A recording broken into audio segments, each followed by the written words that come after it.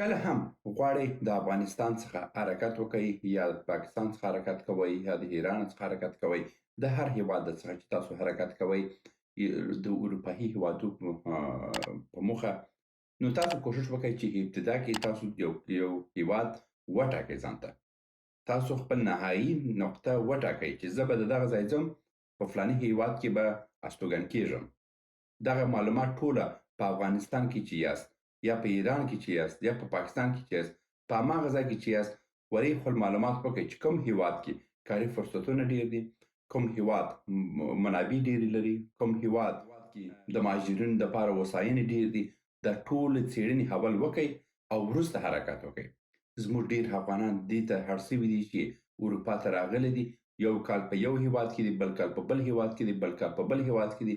دوی د دغه 15 کلونو سره د راتګ سره تر اوسه پورې هم دوی خپل ځان ته نهایي هدف ټاکلی نه دی.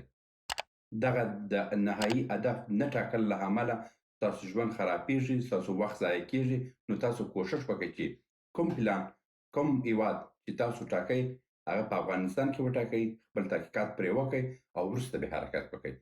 بې هدفه مهاجرت باندې حرکت مه کوئ چې ستاسو ژوند تباه کوي.